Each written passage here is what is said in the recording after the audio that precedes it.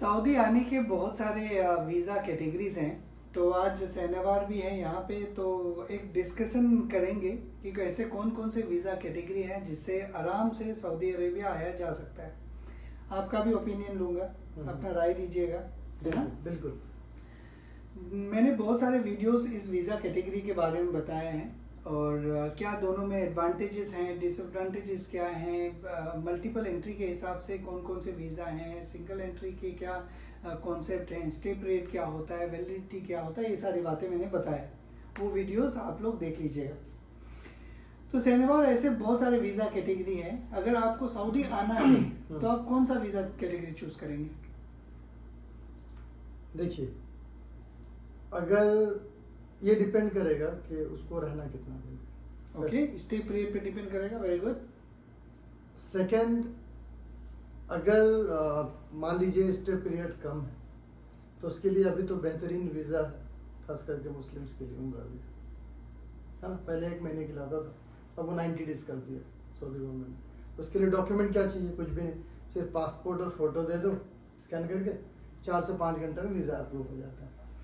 तो मतलब ये है कि जैसे भी जब भी हम सऊदी आना चाहें, सऊदी या कॉमनली किसी भी कंट्री में जाना चाहें, सबसे पहले हमें एक चीज़ डिसाइड करना है कि रहना कितना दिन है। और वो सेकंड, सबसे पहले ये डिसाइड करना है कि पर्पस क्या है मेरा वहाँ जाने का। हाँ, वहाँ पे मैं क्या करने जा रहा हूँ, उस हिसाब से फिर नेक्स्ट आपका शुरू होगा। आपका पर्पस क्या है? कोई आदमी बोलेगा कि मैं जा रहा हूँ बिजनेस पर्पस से, कोई आदमी बोलेगा मैं तो टूरिज्म के लिए जा रहा हूँ, कोई आदमी बोलेगा कि घूम फिर भी लेंगे, थोड़ा सा उम्रा भी कर लेंगे, है ना, ये पर्पस हो गया। कोई आदमी बोलूँगा कि भाई मैं जा तो रहा हूँ वहाँ पे उम्रा के नाम पे, लेकिन जाके चुपके से काम करूँगा ये भी एक पर्पस हुआ, है ना। तो ये पर्पस अलग अलग।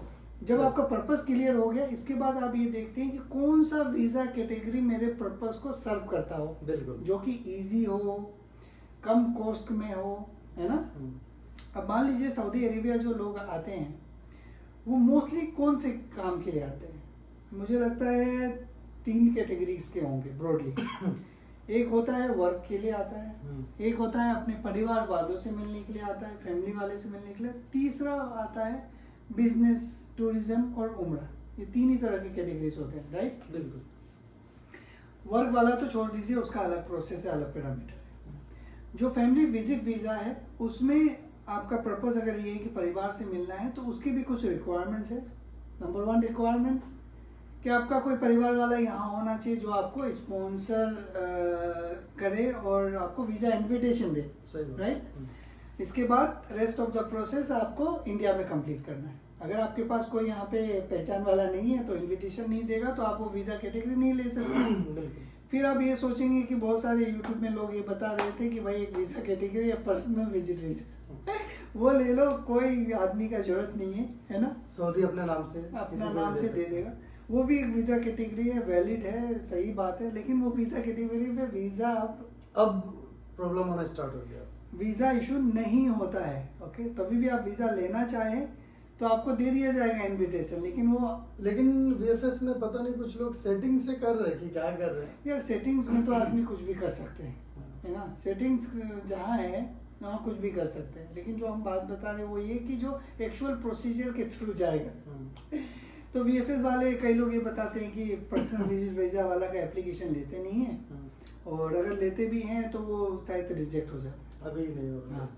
तो ये दूसरा पर्पस था आपका फैमिली वीज़ा के बारे में, फैमिली विजिट के बारे में। और तीसरा जो कैटेगरी है जिसके बारे में बहुत डिटेल में मैं आप लोगों को बताऊंगा, जो लोग आ रहे हैं यहाँ में टूरिज्म पर्पस से, बिजनेस पर्पस से आना चाहते हैं और ये चाह रहे हैं मुस्लिम हैं और उम्रा कर लेंगे, मक्का मदीना घूम आएंगे, तो उन लोगों के लिए 3 वीज़ा कैटेगरी है। बिजनेस वीज़ा के लिए बिजनेस वीज़ा है, उम्रा वीज़ा के लिए उम्रा वीज़ा है, टूरिस्ट वीज़ा के लिए टूरिस्ट वीज़ा है। ये तीनों वीज़ा कैटेगरी इंडिविजुअली आप ले सकते हैं, लेकिन अगर आपका पर्पस टूरिज्म है और उम्रा है, आप टूरिस्ट वीज़ा लेके दोनों काम कर सकते हैं। अगर आपका उम्रा है पर्पस, तो उम्रा वीज़ा लेके आप टूरिज्म का भी काम कर सकते हैं, है ना।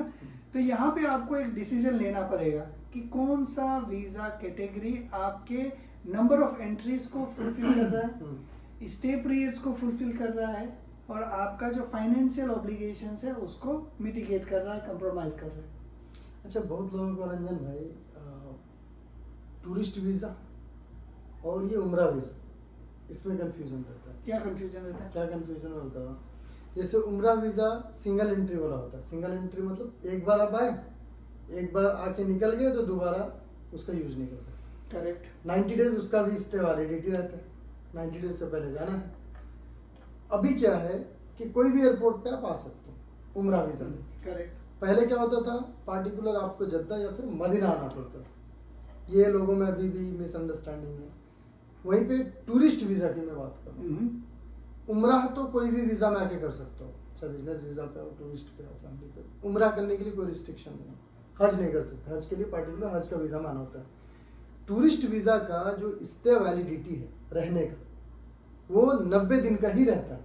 टोटल स्टॉप ड्यूरेशन 90 डेज रहता है, लेकिन वो वीज़ा का जो वैलिडिटी है वो 1 साल का रहता है। मल्टीपल एंट्री के साथ में रहता है।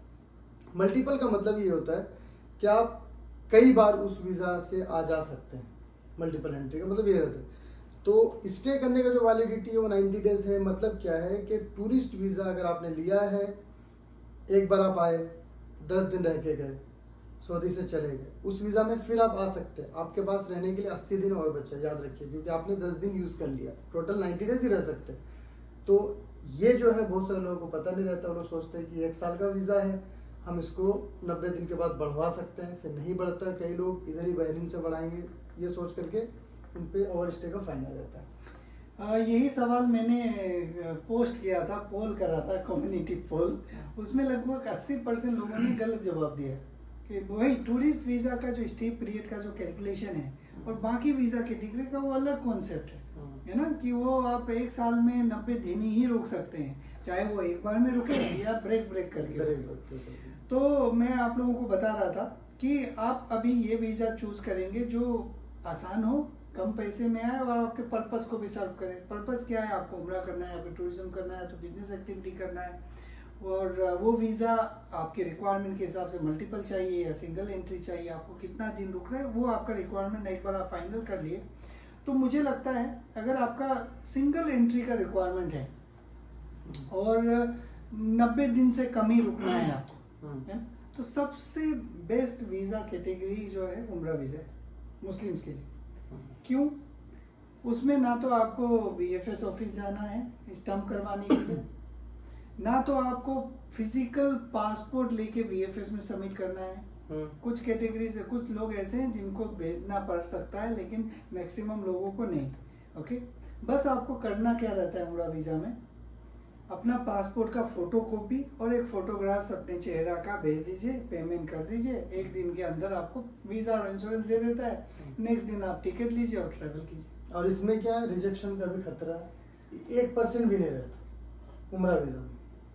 जिसके ऊपर हुरूब लगा है या बैन है सऊदी से, उसी देखिए ये आप सही बात एक बार बोल दिए है। आप तो सोचेंगे मैं तो बहुत चालाक आदमी हूँ, बहुत समझदार आदमी हूँ, है ना, लेकिन ये बात आप ध्यान से समझिए। अगर आपके पास में हरूप लगा हुआ था, डिपोर्टेशन है, एम्बेसी के थ्रू वापस गए, एग्जिट एंट्री में वापस गए थे, वापस नहीं आए, ये सारी बात पहले बता दीजिएगा जो आपके लिए वीज़ा अप्लाई कर रहे हैं। ब्लैक लिस्टेड लोगों का फिर दिक्कत होगा। नहीं तो फिर बाद में क्या होगा कि आप बोलेंगे कि भाई मेरा वीज़ा नहीं लगा, पैसा वापस करो। लेकिन जैसे मैं अप्लाई करता हूँ, शहनवार अप्लाई करता है, उन लोग भी इतना विद्यु नहीं है। जब इस तरह के कॉन्फ्लिक्ट्स होते हैं तो आपका जो एब्सेंट फ्रॉम वर्क का स्टेटस मिनिस्ट्री ऑफ लेबर के वेबसाइट से निकाला जा सकता है। बिल्कुल। और एक चीज और मैं एक्सपीरियंस किया, सॉरी इंटरप्ट कर रहा हूँ, अभी क्या हो रहा मालूम है, अगर मान लीजिए कोई ब्लैक लिस्टेड, कई केसेस में उनका भी वीज़ा लगा है, उम्रा वीज़ा, सिस्टम इशू क्या पता नहीं, वीज़ा लग गया उनका। वीज़ा लगने के बाद यहाँ सऊदी में एयरपोर्ट से उनको वापस किया गया। वो देखिए वीज़ा लगने उसमें भी लिखा रहता है, ये गारंटी नहीं है कि आपको एंट्री क्लियर करने दिया जाए, ये क्लियर लिखा भी रहता है। इमिग्रेशन वाले आपको देखेंगे, मान लीजिए आपको वीज़ा दे दिया, आपने रिटर्न टिकट ही नहीं लिया, तो फिर आप वहाँ पे उनको झगड़ोगे कि भाई वीज़ा आपने दिया है, मुझे जाने दो। बोलेगा भाई उसके बाद भी कुछ गाइडलाइंस है, रिटर्न टिकट कहाँ है आपके पास, आप मुझे बताइए कि आप कहाँ रुकेंगे। अगर आपके पास कोई नहीं है वहाँ पे तो स्ट्रीट पे तो जाके नहीं सोएंगे, होटल बुकिंग दिखाइए। 10 तरह की बातें हैं। हालांकि उम्रा वीज़ा में होटल बुकिंग नहीं चाहिए, है ना। देखिए नॉर्मली ये बात समझिए, मान लो मैं इमिग्रेशन ऑफिसर हूँ, आप एक पैसेंजर हो, आप एक उम्रा वीज़ा लेके आए हाँ, मैं पूछूंगा कहाँ जा रहे हो, कहाँ जा रहे हो, सऊदी अरब जा रहा हूँ। क्या करने जा रहे हो, उम्रा करने जा रहा हूँ। पूरा वीज़ा है? बिल्कुल है। अच्छा ठीक है, कितने दिन में आओगे? जा रहा हूँ, थोड़ा घूमूंगा भी, सऊदी अरब देखूंगा, उसके बाद आ जाऊंगा। ये भी प्लान करते हैं कुछ। टिकट बुक करा है आपने? अब यहाँ पे तो उम्रा वीजा मैंडेटरी टिकट दिखाना ही पड़ता है। चलो एक पर्टिकुलर जो डेट रहेगा बता टिकट दें। बुक करा आपने? हाँ जी करा। अच्छा तो वहाँ पे रहेंगे कहाँ आप? सर होटल में रहेंगे। कहाँ रहेंगे आप? कहाँ रहेंगे आप? होटल में। कहाँ रहेंगे आप? दो तरह का सिनेरियो होता है, या तो कोई रिश्तेदार हैं, कोई परिवार वाले हैं, उसके पास रहूँगा, है ना। ये कोई नहीं है तो सड़क पे तो सोऊंगा नहीं, होटल में ही रुकूंगा, है ना। तो आप बोलेंगे कि भाई मेरे पास वहाँ रिश्तेदार है जिनके पास रहूँगा। अच्छा कहाँ रहते हैं वो? उनका आईडी मांगते क्या हैं, करते इसीलिए हैं? मांगा जाता है। हाँ, क्या करते हैं वो, कहाँ रहते हैं वो? अगर उनसे भी सेटिस्फाई नहीं हुआ तो फिर उनका पासपोर्ट कॉपी मांगेगा, इकामा कॉपी मांगेगा, है ना। अच्छा आप होटल में रुकेंगे, कौन से होटल में रुकेंगे? होटल बुकिंग करा आपने? दिखाइए बुकिंग देखेगा वो, समझ रहा है। ये सारे क्वेश्चनरीज होते हैं। कई लोग उनको कन्विंस नहीं कर पाते हैं, या फिर स्मार्ट बनने का कोशिश करते हैं, छुपाते हैं और वहाँ पे पकड़े जाते हैं, और फिर बाद में 10 तरह के नियम बताते हैं कि मेरा वीज़ा ही गलत था। बहुत सारी चीज़ें हैं ये, है ना। जो देखिए सिंपल सा गाइडलाइन ये है, जब लोग आपको पूछते होंगे, लोग मुझे पूछते हैं होटल बुकिंग मैंडेटरी है नहीं, मैं उनको ये बोलता हूँ कि अगर इमिग्रेशन वाला आपको पूछेगा आप कहाँ रुकेंगे, आपका आंसर क्या होगा? वही आंसर है बस। अगर आप होटल में रुकेंगे, होटल बुकिंग दिखाना पड़ेगा, किसी के पास रुकेगा तो उनके बारे में डिटेल्स बताना पड़ेगा। बहरहाल जो भी है, तो ये उम्रा वीज़ा जो है इस तरह का है। लेकिन आपका अगर मान लीजिए मल्टीपल एंट्री रिक्वायरमेंट्स हैं, है ना, और कोई स्पॉन्सर नहीं है आपके पास और टूरिज्म के लिए आना चाहते हैं, बिजनेस के लिए आते हैं, फिर आपको बिजनेस वीज़ा या टूरिस्ट वीज़ा ही लेना पड़ेगा, है ना। और भी बहुत सारे क्वेश्चंस हैं ये उम्रा वीज़ा के बारे में कि हम साल में कितने बार कर सकते हैं, और साल में कितने बार कर सकते हैं, इसका वैलिडिटी कब से शुरू होता है, स्टे पीरियड कब से शुरू होता है। मैं सही बताइए, एक वीडियो मैंने शूट किया था, ऑफिस से आया मैं, और इसके बाद रात के 1 बज गया मुझे उसको पूरा बनाने में, एडिट करने में, पब्लिश करने में। बहुत मेहनत किया मैंने उसमें। अब मैं जब लोगों को बोलता हूँ आप वो वीडियो देखिए, उसमें मैंने डायग्राम बना के समझाया कब से कौन शुरू होगा, वैलिडिटी, स्टे पीरियड। जब तक आप नहीं देखेंगे कोई चीज़ कंप्लीट, है ना, वर्ड्स में एक्सप्लेन करना और जब डायग्राम बना के एक्सप्लेन करना, वो एक अलग कहानी रहता है। 10 मिनट अगर आप उस वीडियो में एक्सप्लेन करेंगे तो आपका बहुत सारे क्वेश्चन जो है ऑलरेडी आंसर हो जाएंगे, है ना। नहीं तो आप मैसेज करेंगे और ये एज्यूम करेंगे कि आप एक इकलौता आदमी हो जिन्होंने मैसेज करा है पूरा दिन में। गलत है। कम से कम 400, 500, 600, 700 ऐसा मैसेज रहते हैं। और एज एन ह्यूमन बीइंग, एक पर्सनल, एक इंडिविजुअल, असंभव है ये कि सर किसी को रेस्पॉन्ड करना। अभी तक हम लोगों ने खाना भी नहीं खाया है। कितना टाइम हो रहा है हमारा? अभी 4 बजने जा रहा है, अभी तक खाना नहीं खाया, वीडियो शूट किया, कब खाएंगे, कब क्या होगा, अल्लाह बेहतर। एनीवे, वो हमारा चॉइस है कि हम ये बात चूज करें आपको इन्फॉर्म करने के लिए, है ना। और कई लोग ये भी बोलते हैं अपना दुकान खोल के बैठ गए। वो लोग को इग्नोर करना क्या कर सकते हैं। मैंने एक कमेंट पढ़ा था, दुकान को, आपने तो दुकान खोल ली है अपना। अब कई बार मैंने सोचा कि जवाब दूं कुछ, लेकिन फिर मुझे वो बात याद आ गया कि भाई अपना टाइम कहाँ आप स्पेंड कर रहे हो उसके ऊपर मैटर करता है। बोलने वाले तो बोलते रहेंगे, है ना। तो इसलिए इग्नोर किया मैंने उसको। तो मुझे लगता है बहुत सारी चीज़ें हम लोगों ने डिस्कस कर लिया उम्रा वीज़ा के बारे में। आपका कुछ राय है तो बताइए। लगभग सब चीज़ तो बता ही दी हम लोगों ने ना। उम्रा वीज़ा का वैलिडिटी कब स्टार्ट होता है बता दे रहा हूँ मैं। जिस दिन आप एयरपोर्ट पे एंट्री किए उस दिन से 90 डेज वैलिडिटी शुरू होता है। स्टे वैलिडिटी 90 डेज से पहले चले जाइएगा सऊदी से, नहीं तो ओवर स्टे का आपके ऊपर भी 25,000 रियाल फाइन होता है। इसलिए उम्रा वीज़ा में जो भी लोग आ रहे हैं ना, ये बात का ख्याल रखिए, एक भारी जुर्माना पे करना पड़ सकता है। बहुत भारी और बहुत लीगल कॉन्सिक्वेंसेस होता है, जेल में भी डाला जा सकता है। फिर और उम्रा एजेंसी जो ऑपरेटर्स होते हैं ना, जो वीज़ा देता है, उनके पास गवर्नमेंट ने कई अधिकार दिया है। जैसे वो लोग अगर तरहील में रिपोर्ट कर दिया आपको, तो उनके ऊपर जो पेनल्टी वगैरह होना रहता है वो नहीं होता है, फिर कस्टमर को जेल रहना होगा। अरे बहुत क्रिटिकल रहता है। ठीक है, तो इसलिए सारा चीज़ को लाइट मत लीजिएगा आप लोग। ये आप सही बोल रहे हैं, उसमें है वो पोर्टल में मैं देखता हूँ ना, उसमें है कि अगर कोई मर गया, डेथ हो गया, उसका भी आप रिपोर्ट कर सकते हैं। कोई अगर रन अवे हो गया है ओवर से उसको भी रिपोर्ट कर सकते हैं आप, बिल्कुल। है ना। तो इसीलिए जब भी आप वीज़ा लो रहे हो अपना इंटेंशन सही रखें, है ना। ऐसा ना हो कि किसी और को भी प्रॉब्लम हो, आपको ज़्यादा प्रॉब्लम हुआ दूसरा तो बच जाएगा। इसलिए ठीक है। और उसका जो जिस दिन आपको वीज़ा मिलता है ट्रैवल करने का भी 90 डेज वैलिडिटी रहता है, 90 डेज के अंदर आप लोग ट्रैवल कर सकते हो। बाकी उम्रा वीज़ा चाहिए रंजन भाई से या मेरी टीम से कांटेक्ट कर सकते हो आप लोग, हम लोग प्रोवाइड करते हैं उम्रा वीज़ा। और माशाल्लाह 1000 से ज़्यादा फैमिली को दे दिया मैंने, मैं तो उम्मीद ही नहीं किया था कि इतने लोगों को दे सकता हूँ। ठीक है, अच्छे से काम कीजिए, लोगों को दीजिए, लोगों का जिनको देखिए ये डिजिटल काम है ना, लोग विश्वास भी कम करते हैं, है ना। अब मैं क्या बोलूं जिससे विश्वास आ जाए, लेकिन ये कि हम लोग फर्जी काम नहीं करते हैं। एक बार जो सर्विस लेगा वो दोबारा विश्वास करेगा। हाँ, और मैंने अभी एक काम किया, अपने वेबसाइट में ना एक प्लगइन इंस्टॉल करा है रिव्यू लिखने के लिए। तो मैं जिनको भी वीज़ा इशू करूँ बोलूँगा चाहिए प्लीज़ वहाँ में जाके अपना ऑनेस्ट रिव्यू लिखिए, है ना, ताकि उनको पता चले वो सारी बातें। और बाकी जो लोग मैसेज करते हैं थोड़ा सा पेशेंस जरूरी है ना। सुबह मैसेज करें, कम से कम टाइम दीजिए, शाम तक का टाइम दीजिए, है ना।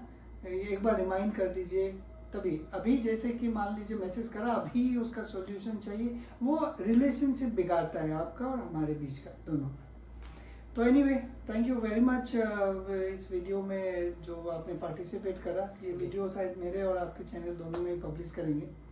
Thank you, have a great day, bye bye.